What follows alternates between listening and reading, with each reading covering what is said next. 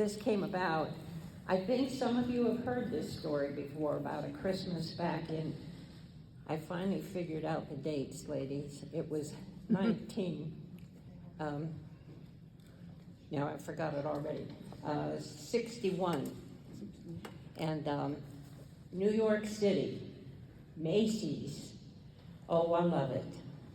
I'm a New Yorker, went to school in the Bronx. I was born in Western Pennsylvania with a groundhog, and but my dad had a church during the Second World War. He had to move from one church to New Jersey, and that's what really I call home was New Jersey. But Bob and I went to school in New York, and we had a lot of good times up there. Risa, my Sunday school teacher, asked me on Sunday to tell my Christmas story. And it's kind of funny, but it kind of fits in with what's going on here right now, because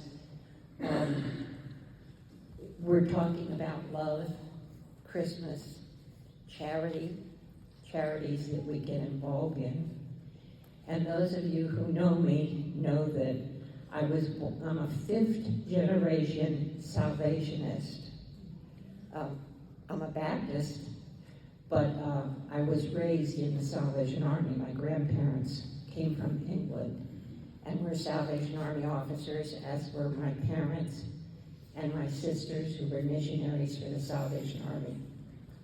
And Bob and I spent 5 years working in the alcohol and drug program for the Salvation Army. But anyhow, he went back in the military, and we have been living our life for Christ as best we could. We were not as faithful to him many times as he was to us. But we're here with him, and we love him. We know he loves us. And what the scripture tells us is that we have something even better to go to. Whatever happens here on earth, we're going to be with him. But this is kind of a funny thing that happened to me.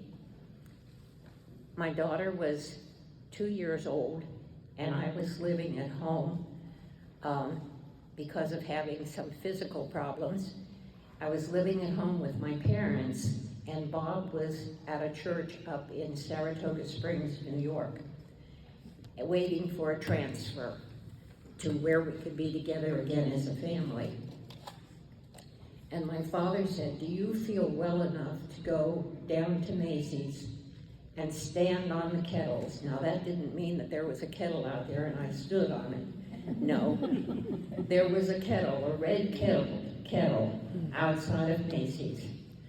And you would stand there and ring a bell and give away the Salvation Army paper and say a lot of God bless yous to people passing by. Well, you don't choose what street you want to go on when you work for the Salvation Army, at least in those days, the way it was. The city and the stores would say, yes, we have 6 doors, 8 doors. Salvation Army can go here.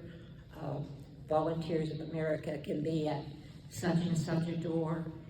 Other organizations were at other doors. And that was pretty much a rule, and you didn't take anybody else's space. So my father drove me down there, and you can't stop in New York. I mean, if the car stops, you jump out. And he put the kettle out there, and he had it in the back of a van, and he put it out there, and I got out. Well, I had to set it up at my door, but behold, there was Santa Claus all set up with his chimney beside him. So I walked up with my uniform on, my bonnet on, my pile of papers under my arm, and I said, "Excuse me, Santa, but you're the next door down." Well, in those days, the Salvation Army people were Salvationists. now I notice that they hire people, and they're paid to do that, but back in those days, we were all volunteers. And I said, you'll have to move down to the next door. Well, his language was not what I thought Santa would say, but he told me he was not moving.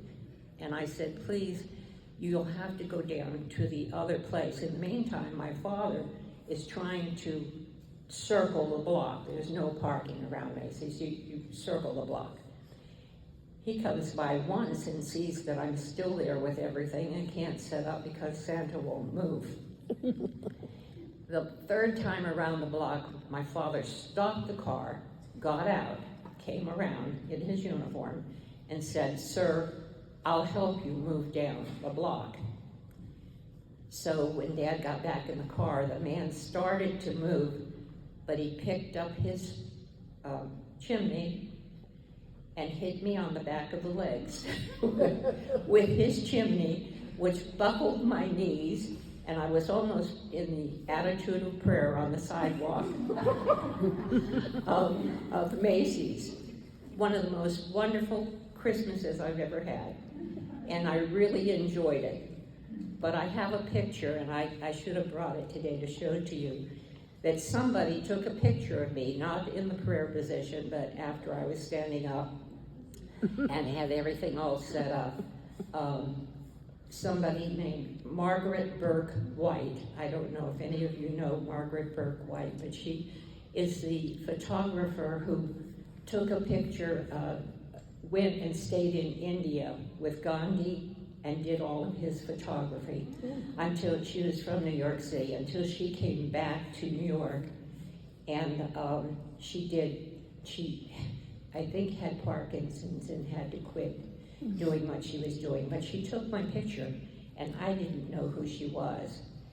And after a couple of years, a picture was sent back to me, and given to my dad, and then he left it to me. But I feel very proud to have been in that position, even if it meant that I had to get hit in the knees by Santa Claus's chimney. Not only that, on his naughty list.